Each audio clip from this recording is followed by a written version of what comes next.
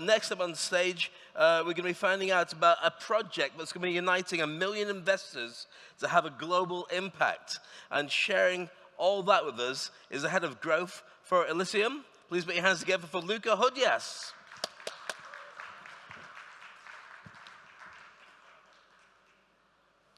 I think that's the one that's on.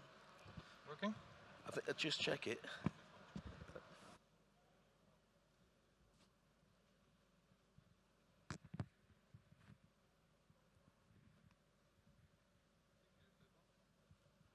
Hello?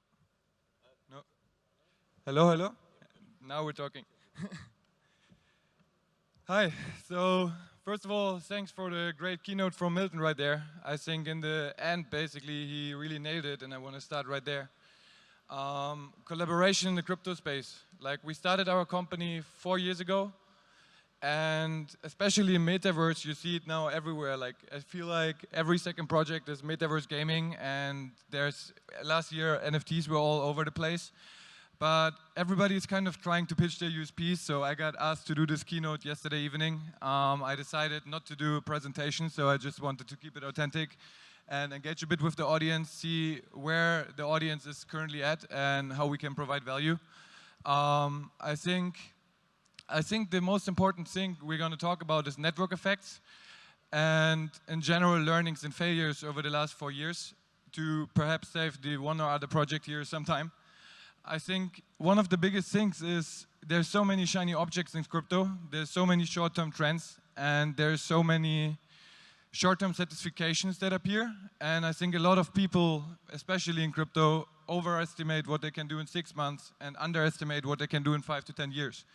So what we mean by uniting 1 million investors, it sounds like just a normal mission statement. It sounds always great, but like what's behind it? So the point is, what he also mentioned, Milton, just now, education, big topic, of course. Energy, cybersecurity, I think one of the most interesting topics at the moment, because like, I don't know if you remember, but like end of 2020 when the Pentagon got hacked, now like in the conflicts in Europe, like I don't want to get into politics, but like a lot of people are afraid of cyber attacks, about electricity. And blockchain has the opportunity to eliminate the single source of failure. I think that's one of the biggest topics.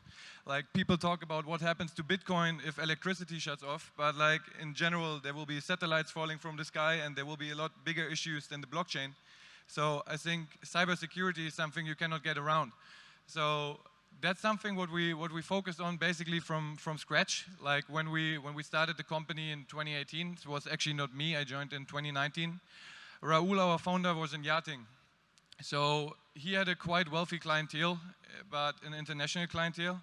So he had a network of concierge companies, yachting companies, skiing resorts, but like they all kind of had the same audience, but they had no idea about crypto and blockchain. So he discovered basically, end 2017, they were implementing cryptocurrency payments. To be honest, was more of a marketing thing back then. The general opinion in the market was still more like money laundering, and there was not really, like in a 55-year-old audience, there was not really any interest in crypto, especially in the older generations, not at all. So we just focused a lot on building infrastructure, building on compliance, building on creating basically simple tools for people where they can invest with Bankwire instead of going first to an exchange that is not even on their continent, where they have a really shitty user interface, have the responsibility themselves to secure themselves. So we focused on centralized custody. We established fiat gateways within the European Union because we wanted to enable our users to just have a very simple access. And overall, the goal was always to unite people, because the thing is, it's always easy to criticize systems, and we came in with a very disruptive energy, let's say. But the more I think about creating new systems, the more I realize that there's actually a reason why the systems are how they are, and there's a lot of systems and a lot of regulation that actually does make sense if you look at the IDO wave that's happening in crypto. And I think the main point here is to find a balance. So the people should have freedom of choice. So they should be able to choose between self-custody, taking their own responsibility, but also have the possibility to whitelist their wallet and be in a more secure custom environment that they're used to. Because there has to be a shift. Like over time, eventually everything will be systemized and not related on centralized company anymore. but there's also a good reason for centralized systems and authorities in many ways. So it's just a very, very complex matter. And I think the most important thing to understand is network effects. So you cannot solve the problems alone. Like, money is not solving the issue. That's what I mentioned with infrastructure. Like, if you're a billionaire in lockdown, you're still a billionaire in lockdown. So it doesn't solve the problem. There's endless of capital in the world. 98% of the capital is basically just fluctuating in depth. 2% is perhaps used for productivity. So people say Bitcoin is an inflation hedge. It's not. Productivity is an inflation hedge. You have to create something. Like, if there's no goods and services, I think Elon Musk said, if nobody's producing shit, there is no shit. So if the commodity prices go up and you have a supply chain issue, like, money is not solving the issue. So you need, like, also in terms of education, like, for instance, I never saw a university from inside. I taught myself everything with Google, with YouTube, with meeting people, working for free, just basically learning by doing and improving myself. And I think especially about education, it all starts within yourself, you know, with self-awareness and the ability that you want to learn. Because we have so many opportunities, meanwhile, that was just not possible 20 years ago. Like, that you are able to educate yourself. Like, how cool is that? Like, you have the time to reflect. What is fun for me? What am I good at? Who can I help with that? But nobody is talking about it. Like, the classrooms are still the same than 100 years ago.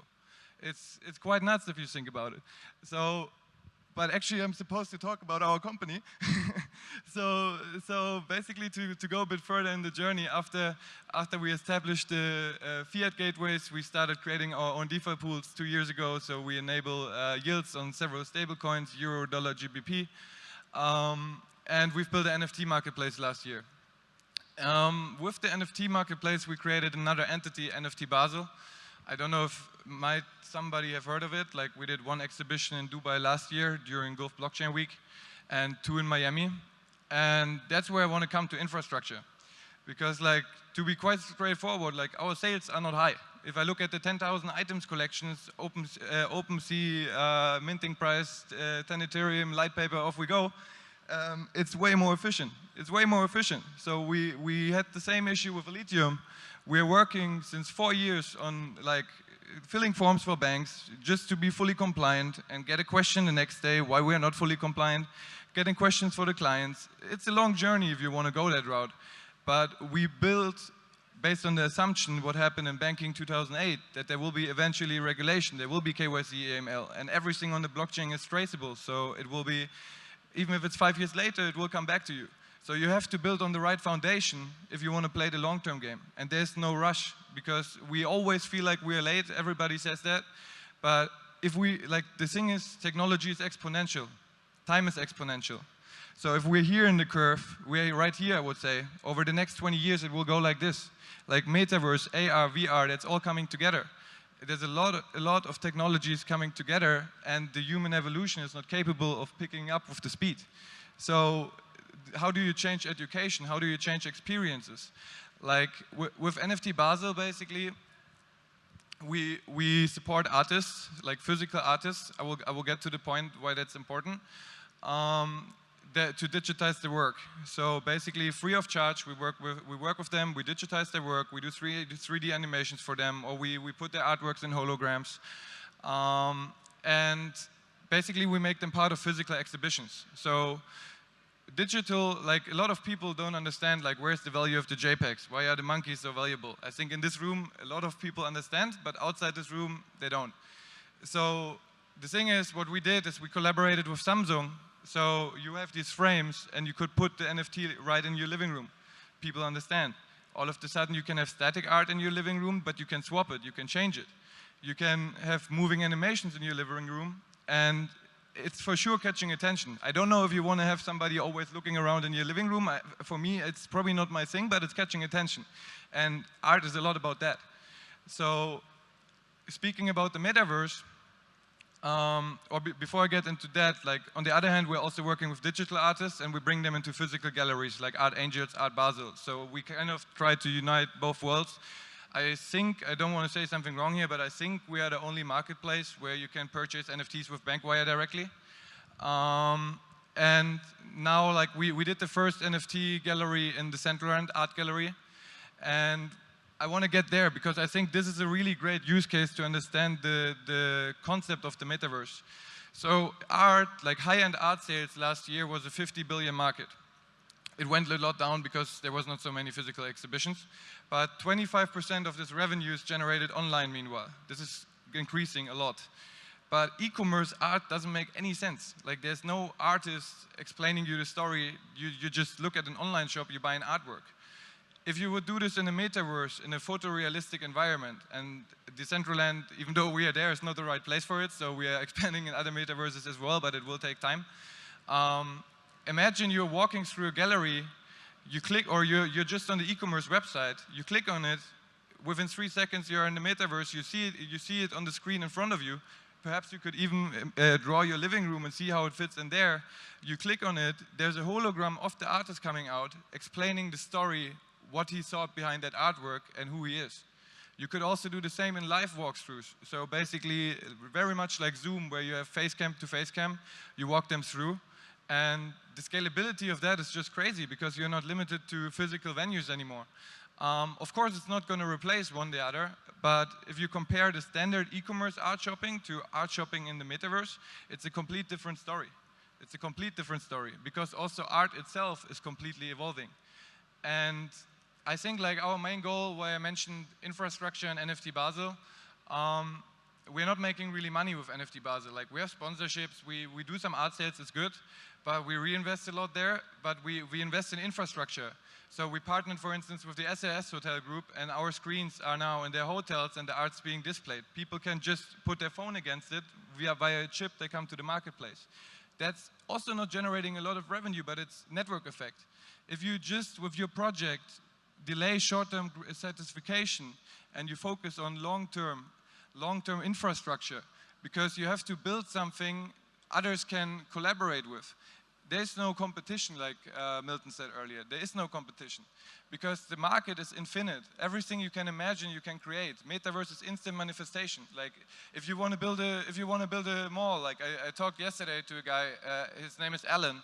He's building Metaverse, like without an E, Meta VR, and he's creating initially a shopping mall with 100 floors. And he's selling one floor for 250K each, and there's a lot of value in these floors, and he sold already, I think, 45. In a matter, like he was developing this for 7 years, but the point is you don't have costs attached to it. You can test systems way faster because we all don't know the solution. Like I don't know the solution for the financial shift that's currently happening, but it's probably smart to involve collective intelligence, and it's probably smart to test city concepts or whatever you want to create in the metaverse with exponentially less costs and way bigger community. Because there you're able to generate a community, you're already able to do the digital sales, and you can then from there manifest it in the physical. But the physical always needs more time. But you can evolve, accelerate exponentially faster. That's what I meant with time is exponential. Because the metaverse is just so much, it's the same in the movie industry. Like earlier you had to walk with a camera and you had to be in LA if you want to do a movie in LA. Meanwhile, you can just replicate everything, and it's already not metaverse dependent, it's happening for more than a decade. But you save costs exponentially. And yeah, so time is really relative. I think that's the most important thing. It sounds a bit abstract, but like it will have a drastic impact for us to understand. And I think the main challenge is how do you educate the masses to get aware of that and contribute in their part. Because the beauty is, like, no matter what you do, as long as you're a community with aligned values, no matter what you stand for, there is not one solution. You can choose your solution. There will be several different parallel economies working together. And I think that's pretty much the most valuable thing I can share today. For the rest, I will be at the booth later. I'm just very happy, no matter if you're an investor or if you're having your own project or you're just interested. If you have your own project, we are really happy to do introductions to our capital partners, to the people who support us. I can tell you with marketing agencies we work with. I can tell you the 15 we work with that didn't work. I can tell you the failures we did. We had a lot of failures. So maybe I'm able to save you some time, or we just catch up on the investor relation side. Yeah, actually I'm not here to pitch anything. I wanted to, but like I don't really feel like it. But if there's anything related NFTs, related metaverse, any ideas you have, anything you want to bring into the ground in the space, we are really happy to educate. And yeah, because for us it's also always important to have fresh eyes on it. Because that's also something, for instance, with Elitium, like our minimum investment is $25,000. It's a very similar platform than Nexo. I think most of you are familiar with that. Not because we want to separate the audience and exclude certain people, more because we want to be able to provide exclusive service. So it's just part of our service that everybody we talk to, before you do any part of procedure, gets a personal walkthrough of the platform, and we educate. And if you rather buy Nexo, it's fine. But like, we want to build relationships. We are not here for the next 2 years, we want to be here in 10. So that being said, I think I'm getting cut off.